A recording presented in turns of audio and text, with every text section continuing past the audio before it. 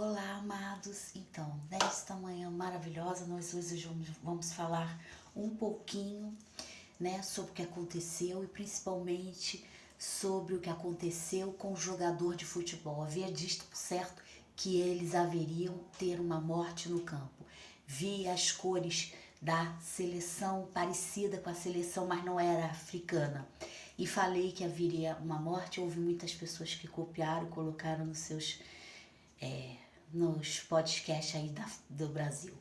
Então é isto, gente. Veio a falecer, infelizmente, o jogador ontem. Era para ele ter falecido em campo, mas ele faleceu no hotel e trouxe grande dificuldade, a tristeza.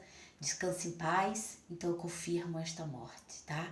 Agora nós vamos falar sobre o que vai acontecer uma queda de aeronave fortíssima, aeronave militar, e duas aeronave militar e aeronave por fiação de tempestade. Vem uma forte tempestade a leste de São Paulo, leste do Brasil, área leste subindo, vejo mais São Paulo.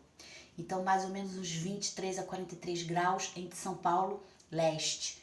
E temos queda de aeronave militar com várias pessoas, ou seja, aeronave muito maior, e temos queda de aeronave por fiação e há uma tempestade fortíssima vindo aí.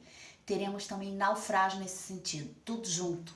Naufrágio nesse sentido a leste, São Paulo. E no mundo, Ásia, leste Ásia, tá? E Estados Unidos, que sempre olho Estados Unidos, que temos que sempre que lutar, olhar por esta situação. E hoje nós vamos falar sobre as coisas que estão a acontecer, vou tentar te botar aqui, as coisas que estão a acontecer, no mundo, e observando. Se você observar bem em 10 minutos, não gosto de falar as corridas, mas tenho que falar as corridas. Em 10 minutos você pode perceber que, olhando, observando uma orquídea, a orquídeazinha está assim, bem entronizada, e ela é uma planta herbácea, orquidácea, e ela é uma planta herbácea. Mas incrível que pareça, a orquídea possui duas sexualidades, a masculina e a feminina. Por isso que ela se locomove, ou seja, ela consegue viver aos troncos das árvores, sendo herbácea, e também as rupestres, que conseguem viver entre as rochas. Isso é uma característica inigualável, ou seja, ela não precisa, dentro de si, ela se formou um homem e se formou a mulher para poder ter o seu pólen, a sua fecundação. Isso é muito importante, que se observarmos, ela consegue viver em ambientes inóspitos, extremamente difíceis, como os rochedos principalmente.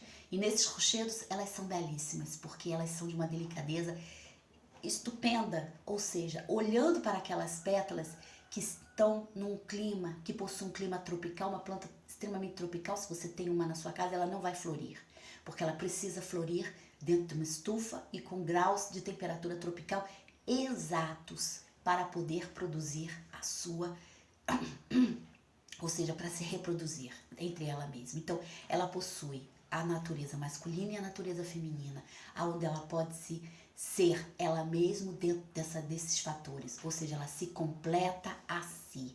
E nós podemos entender isto nesta fisiologia dessa flor maravilhosa, que representa até uma sensibilidade e também uma emoção muito forte, ou seja, um sentimento. Dependendo da cor que você der uma orquídea para uma pessoa, você está trazendo um órgão reprodutor feminino e masculino para sua casa. Você está trazendo a dualidade.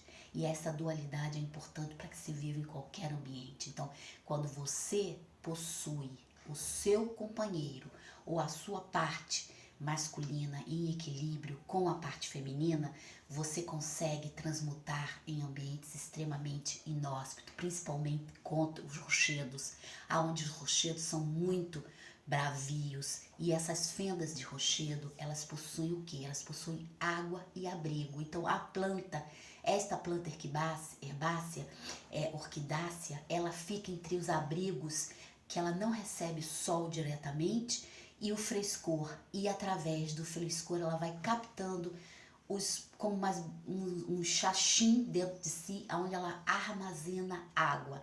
Então, provavelmente, a noite toda ela armazenou essa quantidade de água para que de manhã ela possa florir. Então, isso tudo, se você estiver no deserto, numa situação muito difícil, tropical, Vá a esse orquidário que você vai encontrar ali, você vai poder introduzir na sua boquinha e trazer esse néctar desta planta que além de tudo possui o pólen e o néctar adocicado.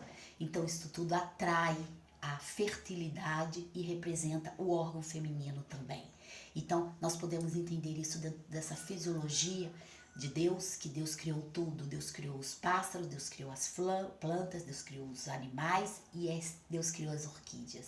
E as orquídeas representam a mulher, representam a força feminina, também representam o homem e a força masculina, nos dois entrelaçados. Então não se pode ter um sem ter o outro, para assim ter várias orquidárias. Para ter um orquidário você precisa ter uma orquídea só, que se prontifica a ser dona de si mesmo e autêntica dentro do seu dentro da sua cosmologia. Isto tudo tem a ver com a palavra também, porque dentro de nós você não consegue ver coisas feias em pessoas boas, em pessoas que exalam coisas positivas e benevolentes às pessoas. E isto tem a ver com Israel, que as colunas de Israel, segundo Bilã e segundo Balac queria, o grande rei e feiticeiro, queria comprar Bilã. E para isto ele deu vários dinheiros e várias condições para que Bilã subisse na sua mula e viesse para Israel e fizesse para Israel algo ruim ou quisesse algo ruim de Israel. Né? Mas as colunas de Israel, Deus na passagem nos diz que as colunas de Israel estavam firmes e que a casa de Jacó estava firme. Então a casa de Jacó, as colunas de Jacó não tinha casa, as colunas seriam o pilar da religião judaica. Então Jacó com Leia e com Raquel formou um grande pilar de sustentabilidade dentro do próprio, ou seja, da própria cosmologia ali, de Israel. Bilá deu aquele fragmento importantíssimo a Israel, mesmo sendo comprado, e não poderia falar de outras coisas. Então quando ele abre a boca, quando ele começa a falar que ele era profeta, ele só fala coisas boas, porque Deus tinha abençoado primeiro Jacó, já abençoado a casa de Jacó. E como nos feitos de Salomão, como nas profecias de Salomão, que eram belíssimas, assim Deus abençoou Israel e abençoou Bilá e abençoou a todos. Porque um lugar onde está a bênção, você não consegue falar, é como uma orquídea, você não consegue proferir coisas ruins àquela pessoa, porque não chega, a energia não chega.